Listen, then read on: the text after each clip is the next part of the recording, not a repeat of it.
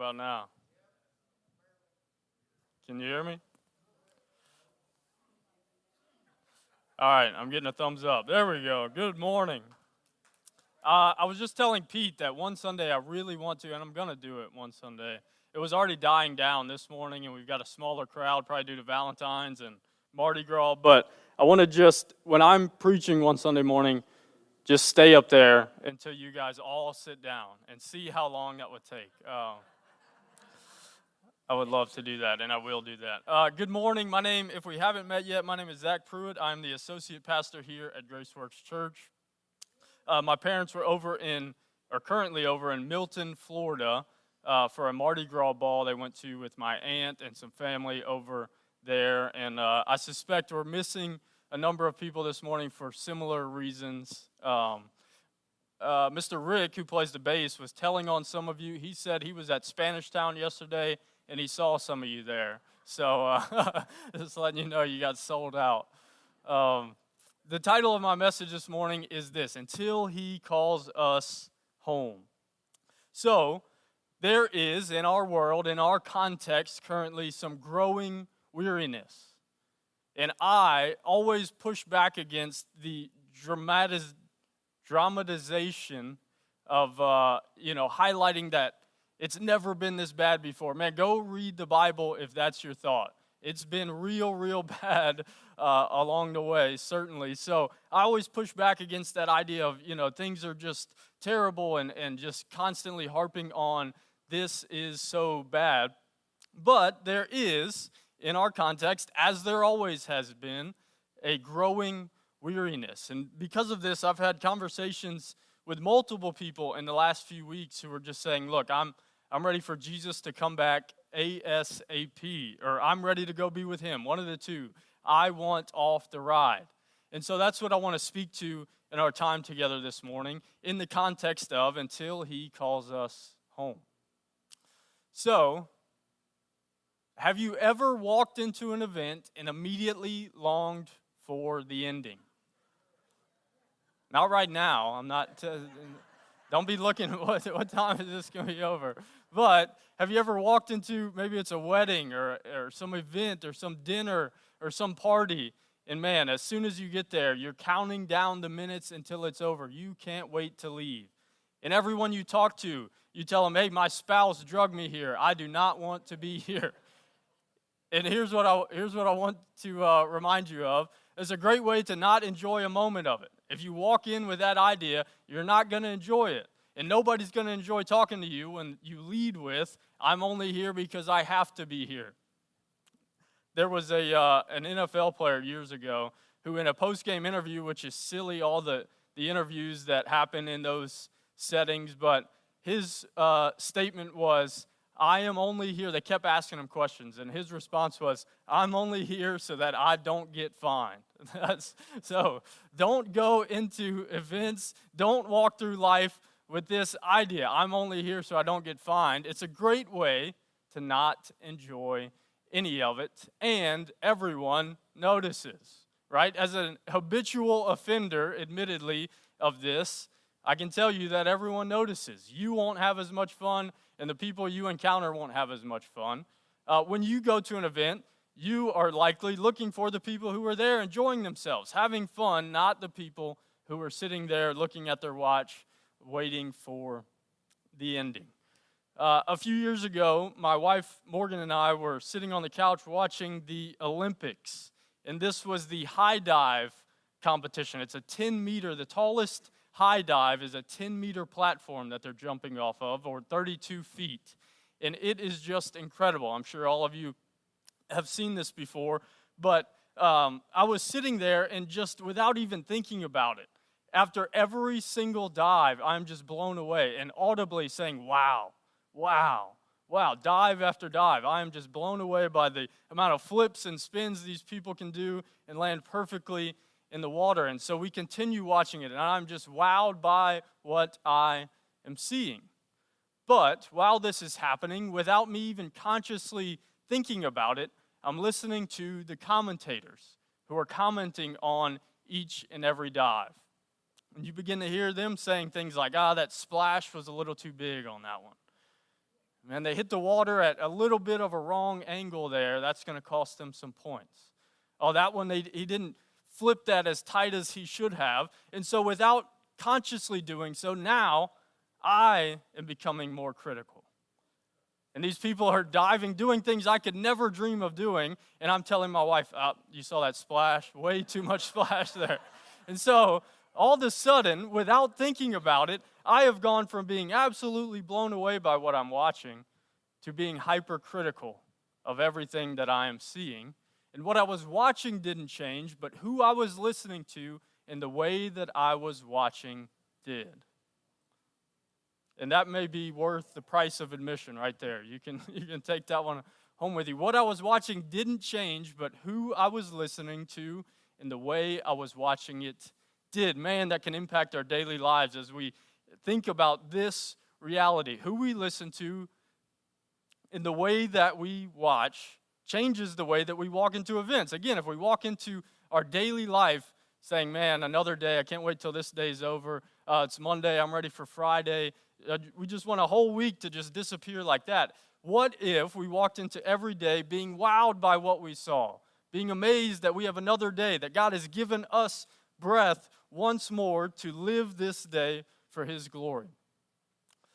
Paul speaks to this exact idea that we're talking about, and thankfully the Scripture, as it does with almost all the things we face, speaks directly to this.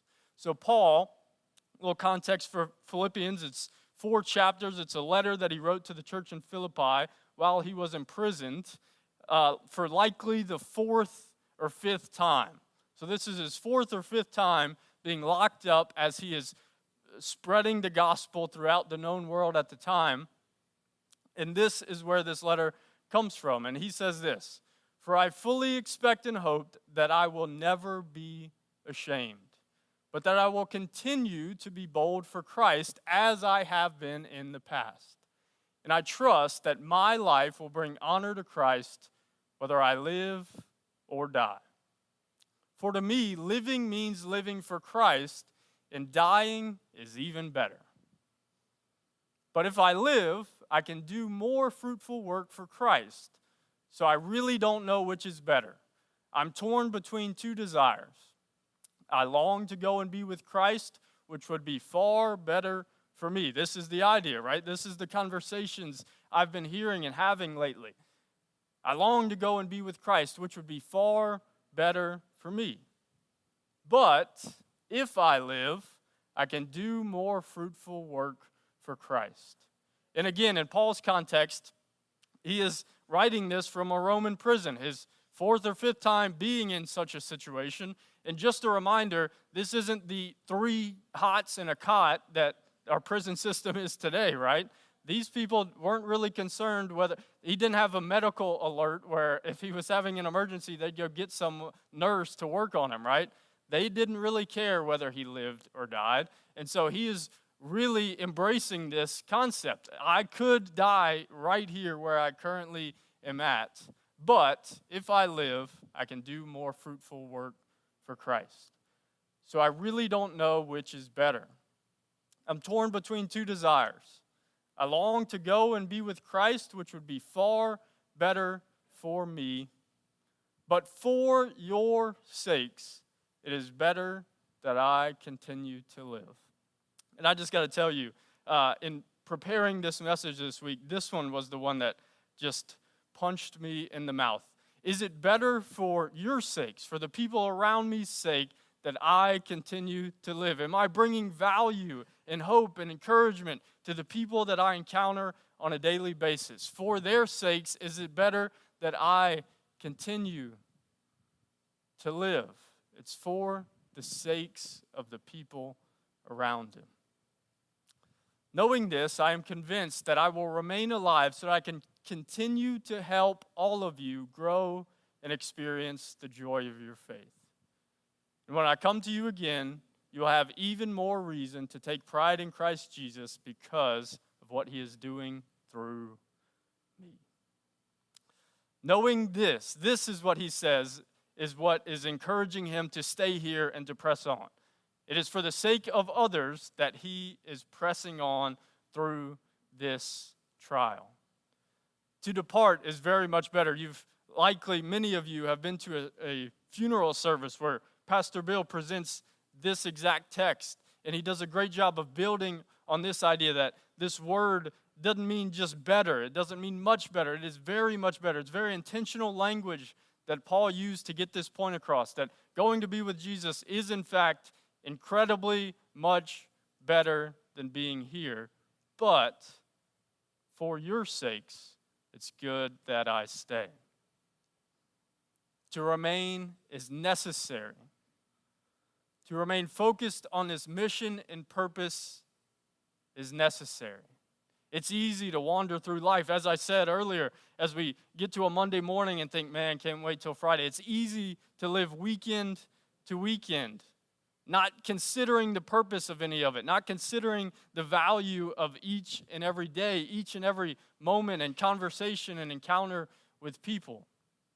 But it's necessary that we, especially as those who know Jesus and have His Spirit living within us, stay focused on that purpose and mission, that our being here is necessary. There's purpose and benefit in being here. The focus of the benefit here being on the impact on the lives of others. If you find yourself there's a great ministry in Tennessee that I was connected to for a time. It's called the Bridge Ministry. And they meet under a bridge in Nashville. The lady who started it was from Louisiana. And so she was depressed for years, and just everything she had tried wasn't working. And finally, she had a friend who had been helping some homeless people under a bridge there in Nashville. And her friend said, hey, why don't you come out with me, cook something, and let's go under the bridge and just hang out with these people one night. And I think she had, pushed off the invitation multiple times. And finally she said, you know what? I'm from Louisiana. I know how to cook a good jambalaya. I'm going to cook a big pot of jambalaya, and I'm going to go under the bridge and encounter these homeless people. And that's what she did. She brought a big pot of jambalaya. In that moment, that time spent together with those people just lit a fire under her. And now that's been, 20 years, and this ministry has grown tremendously. And they bring a food truck every week under the Jefferson Street Bridge in Nashville, and they feed the homeless in that area, and they provide them with necessities and hygiene equipment, and they help as they can to find these people employment and get them out of that situation. But it totally changed her life as she found purpose again in her being here. It shifted her focus on herself and her own situation and how bad and dark things were, to giving some light and some life to her as she gave away what God had given her. Your being here does and ought to benefit others. So, death to Paul was to be immediately in the presence of the one who loved him and gave his life for him. Galatians 2:20 says, "For I've been crucified with Christ, so no longer I who live, it's Christ who lives in me. And this life, the life that I live while I'm here on this earth, I live by faith in the Son of God who loved me and gave himself for me." It's this life, lived by faith, empowered by Christ in us, that allows us to press on. To be with the one who had abundantly poured out grace upon him. To be with the one who gave him the message of grace and sent him on a mission to tell others about it. That is what the hope of heaven represented for him. So, let's clarify this. Longing for heaven is healthy and it's good. We should absolutely long for the promised hope of a future in the presence of God. Just not at the cost of missing the point of staying. Again, you've heard Pastor Bill say that if the purpose of us getting saved was to immediately go with heaven, as soon as we baptize somebody, as soon as somebody professed their faith in Jesus, they'd immediately disappear. They go to heaven, right? But there's a point in us staying here and still being here. And so don't miss the point of staying and being here while being so focused on longing for heaven.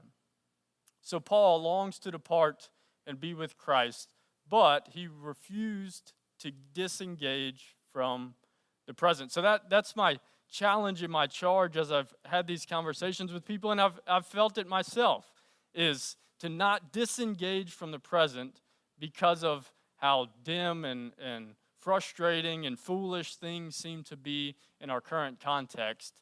If the good people get out of the fight, if the good people surrender, that's the last thing we want to happen in a situation like that, right? His desire to leave isn't the result of situational or cultural despair. It's rooted in Christ-centered hope. And that's an important note, because in light of the conversations that I've had, again, it's been that first part. His desire to leave is the result of situational and cultural despair. It's exhaustion by what's going on in our world and the way that people are treating one another and the way that this whole thing's gotten so sideways. But don't let that drive your desire to leave. Instead, let it be rooted in Christ-centered hope. I know that a promised eternity awaits me, and so that empowers me to stay focused on the mission here. Shift the focus and quiet the noise. Matthew 5:13, Jesus says to his followers at the time, "You are the salt of the earth." And this is a great location for us to discuss this. What does salt do? We're all familiar with seasoning here. What does salt do? If you eat a lot of salt, what does it do?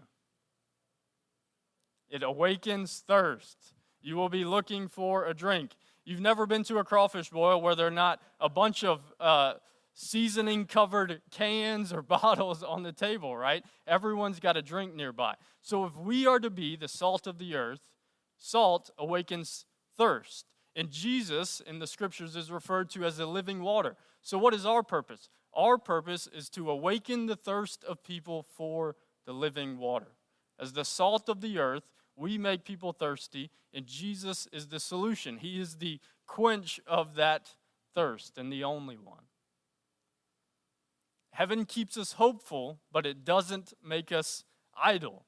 It doesn't make us just decide, hey, I am only living to go be with Jesus one day, so I'm just going to trudge through. Again, I'm quoting Pastor Bill a lot this morning. I guess I listened to him a lot. But he has said, we long for the sweet by and by, and we tolerate the nasty now and now, right? We gotta adjust that. We gotta shift that. We don't want to get idle saying this place sucks and I want out, right? We press on by saying there is purpose in me being here. I'm drawing people to him. I'm encouraging and loving people. Let me remind you of this. Nobody that you know is over-encouraged. Not one person. There's not one person you know who says, I don't need any more encouragement. I'm maxed out on encouragement. That doesn't exist. You can encourage, inspire, enlighten, draw people to Jesus each and every day. And that is a purpose worth living for and worth staying here for.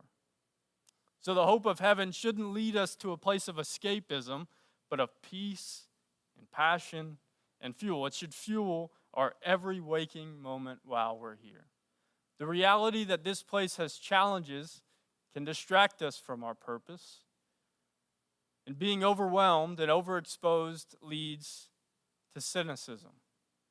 Like me watching the Olympics, I quickly shifted from being wowed to being cynical simply because of the noise that I was letting in. So as we now in our digital age are constantly bombarded with information, it's easy to be overwhelmed and cynical. But you are not designed to mentally or emotionally carry every crisis, every controversy, and every headline. But you can care about those in front of you. Jesus changed the world one conversation at a time.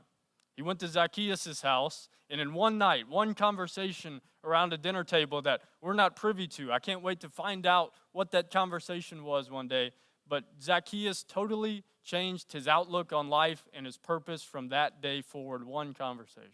The woman at the well, Jesus encounters this woman in a brief interaction and totally changes her life. And what does she do? She immediately runs back to town to tell everybody about it. One conversation. Jesus changed the world one conversation at a time by looking real people in their real face. That's not a typo. I put real face there on purpose. Because a lot of our conversations these days are online with some profile picture of, some obscure thing so people can say whatever they want to say. Go talk to real people and look them in their real face and have a real conversation, and everybody will be better for it.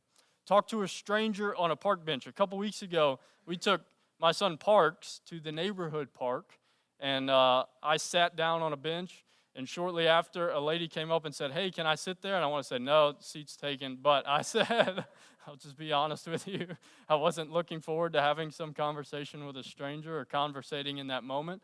But I said, "Absolutely, you can sit here."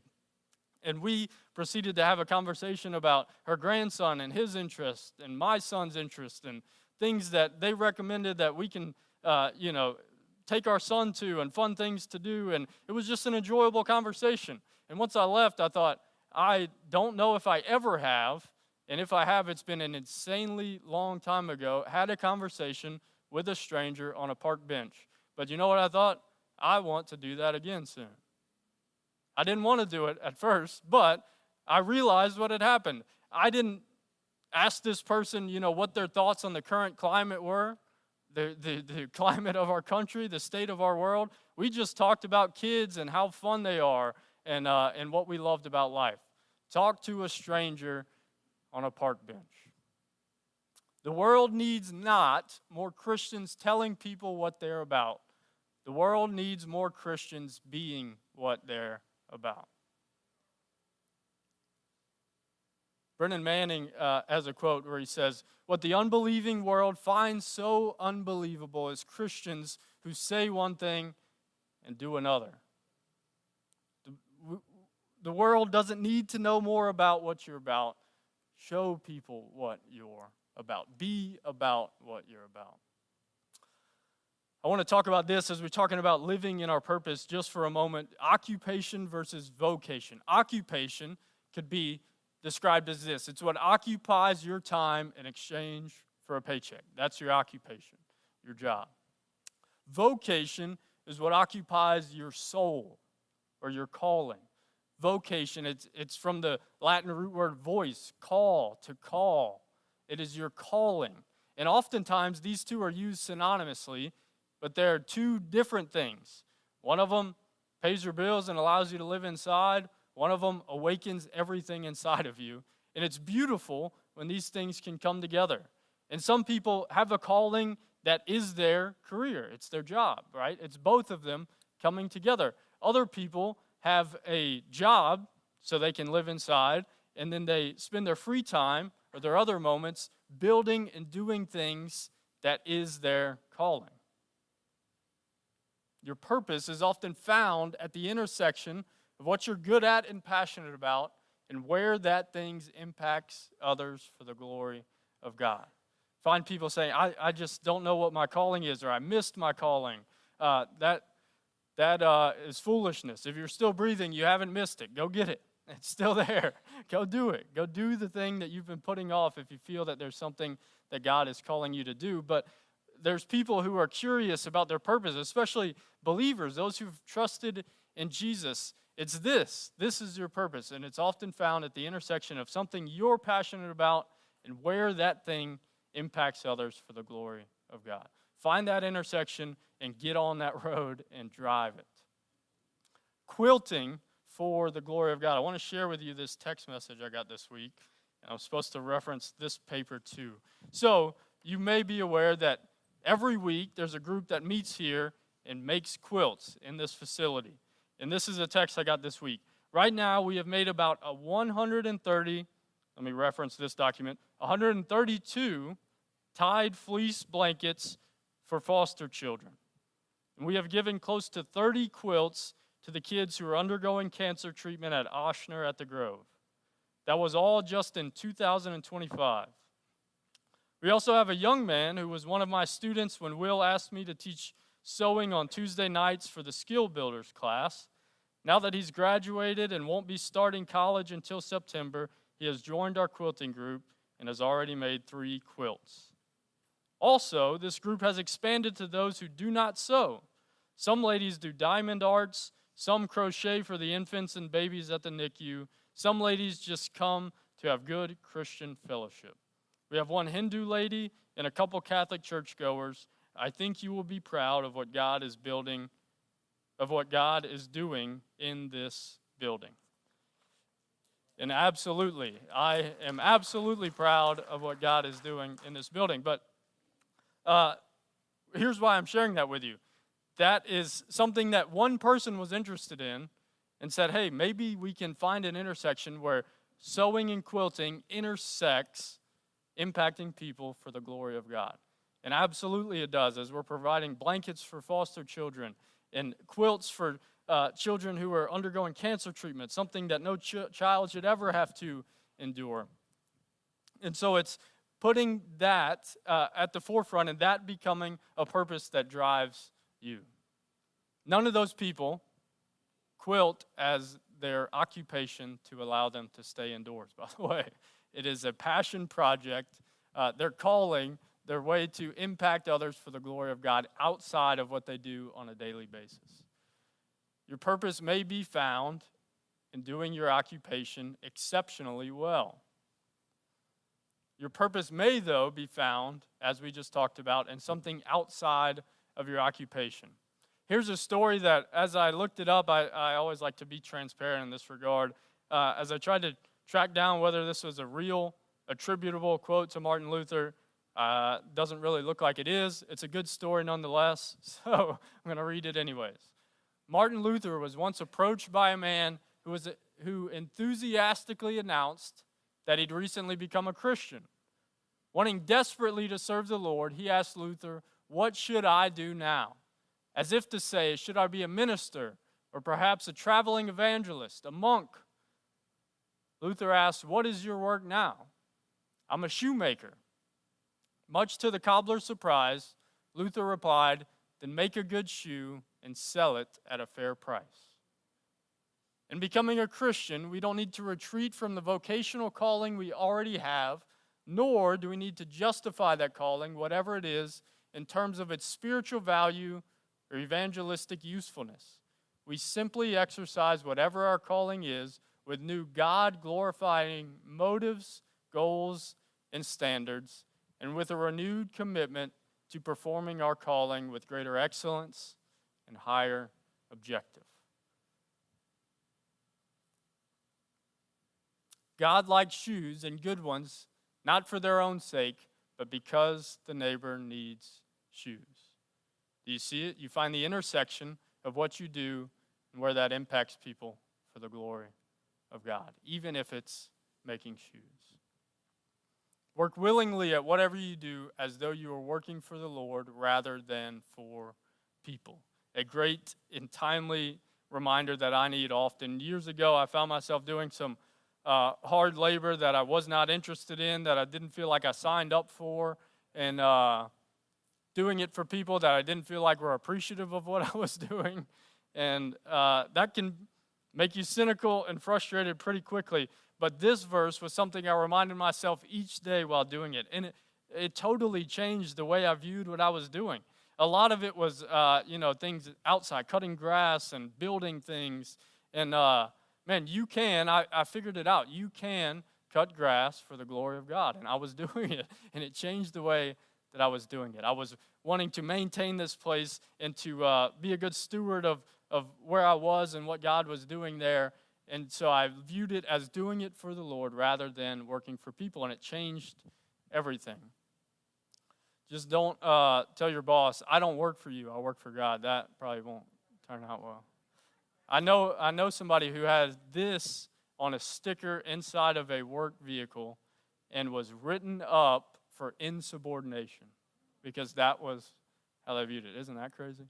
But be that insubordinate. Do that.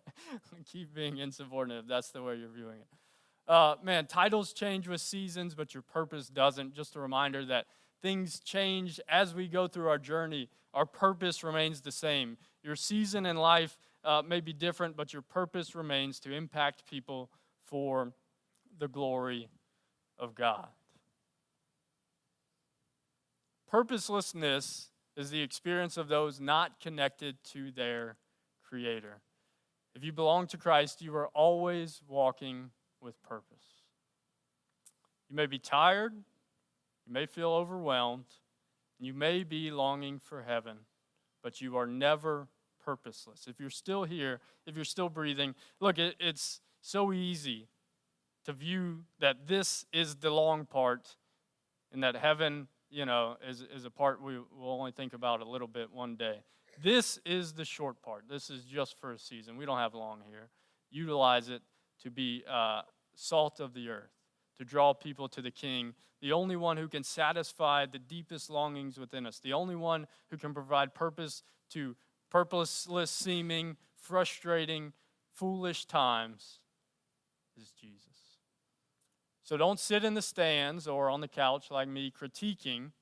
Don't get swallowed up by outrage. Man, it's easy to do. And don't simply wish these days away. Stay wowed by the dive. Stay interested in real people.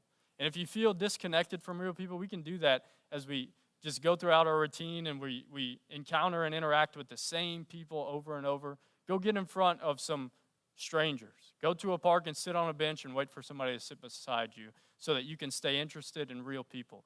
To know that this really is significant. It really is important. That this message of hope that we carry, that you carry, changes the lives of people every single day.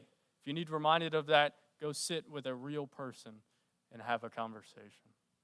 More importantly, be led by your all for Christ in the life he has allowed you to receive and to give. The whole point of Christ indwelling us as we live here is that this life that he's placed within us, it really wants to come out of us. So find avenues in which you let it come out. Darkness exists and is real. We're not dismissing that in anything that we're saying this morning. That is a reality. Darkness exists and it is real, but it is simply the absence of light. Light is more real.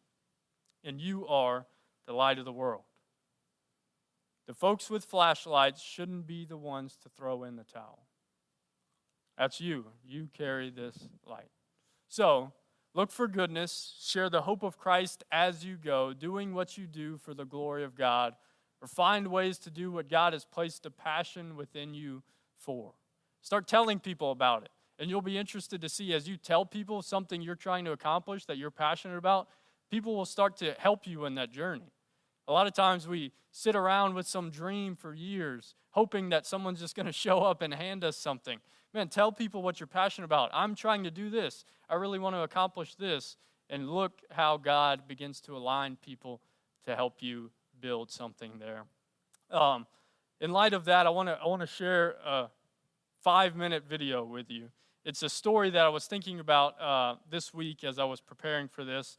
And it's by a guy, the story is being told by a guy named Bill Spencer. Him and his wife, Stacy, lead a ministry in Tennessee called Narrowgate Foundation. Before that, which is when he'll be talking about, they ran a software company and were, moderately successful, but they encountered Jesus and it kind of shifted the way they viewed everything. And from that point on, this is a story of God providing purpose to 3 people and how that came to impact many, many more people. So, Sean, if you could play that video for us. One more person.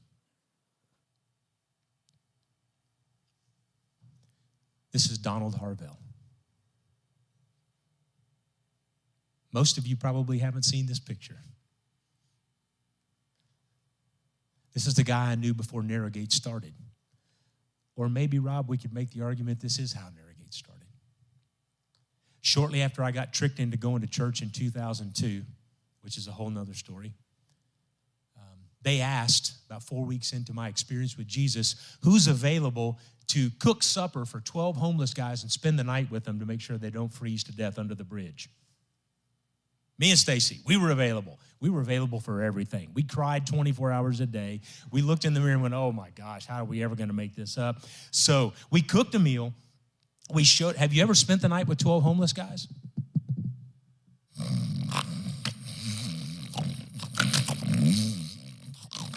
And it never stops. Like all that, just as one of them's tailing off, another one picks up. It's like porpoises going through the water. It's the most incredible thing you've ever heard in your life. You get no sleep whatsoever.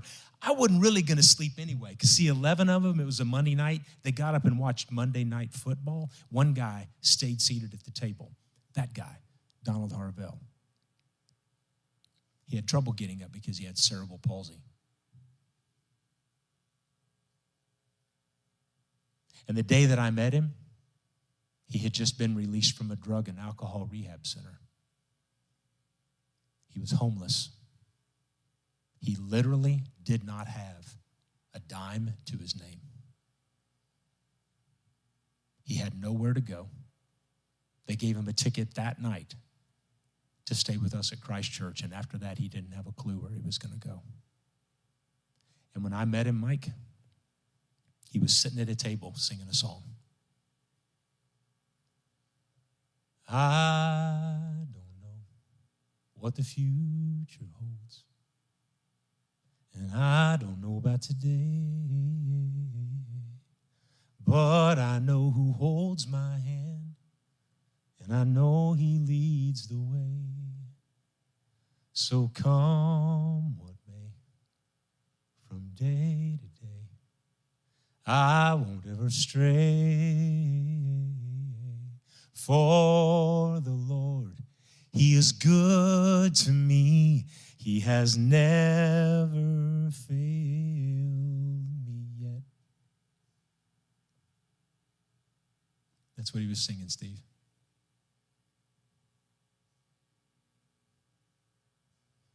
He was 42 years old. He had cerebral palsy. He was a drug addict. He was homeless. He didn't have a penny to his name. And one of his so-called stepfathers, when he was a kid, because he had cerebral palsy, used to get drunk and tie him to a bed and whip him with an extension cord. I saw him take his T-shirt off in the bedroom one night, and he had keloid scars from the bottom of his neck to the top of his behind.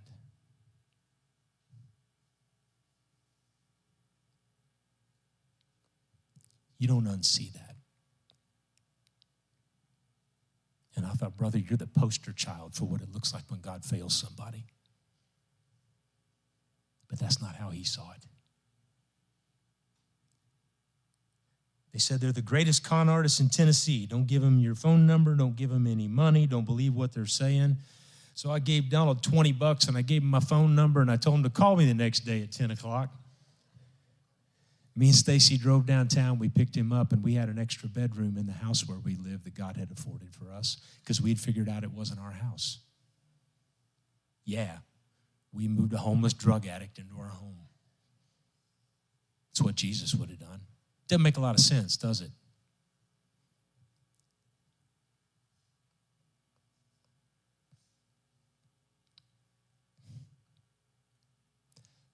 That was us getting Donald dressed to take him to a dinner theater at Christmas time.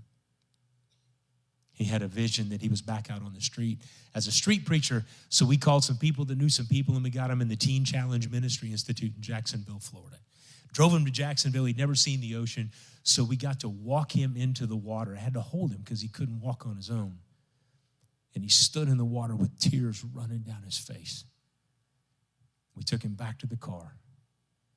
Set him down. I dried his feet off, put his shoes and socks on him. We took him back to the dorm and dropped him off. He lost it. Absolutely lost it. Because it wasn't Donald's life that was changed. It was hers and it was mine.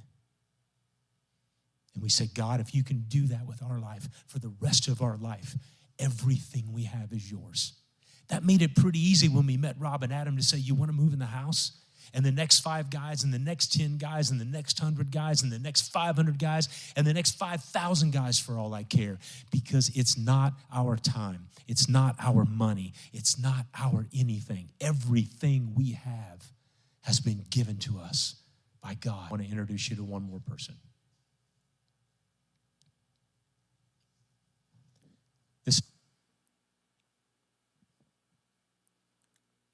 I wanted to share that with you because it's the story of 3 people finding purpose. Donald found people who finally would support and believe in him. And he was on his mission to go become an evangelist and a street preacher. Bill and Stacy's lives were changed. They were in their 50s at that time. And a lot of people at that time are just thinking about retiring, thinking about the end. That is when their ministry and their passion began. And due to that, moving this one individual into their home, they then moved, I think, about 15 people into that specific house, a little 3-bedroom house.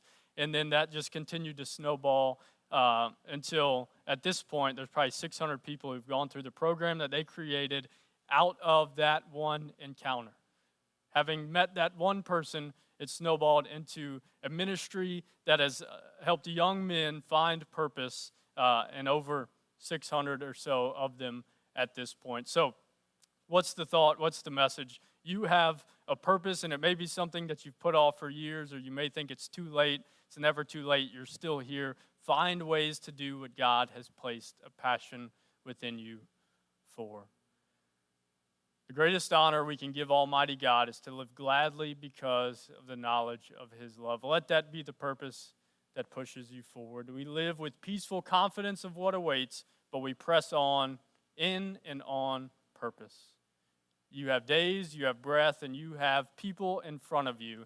And just one of those encounters, one of those people, one of those meetings could change everything for you. So walk boldly, empowered by God, sustained by heaven, focused on your purpose, unmoved by the noise, the cynicism around you.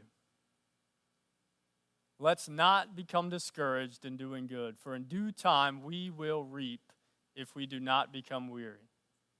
So then, while we have the opportunity, let's do good to all people, and especially those who are of the household of the faith,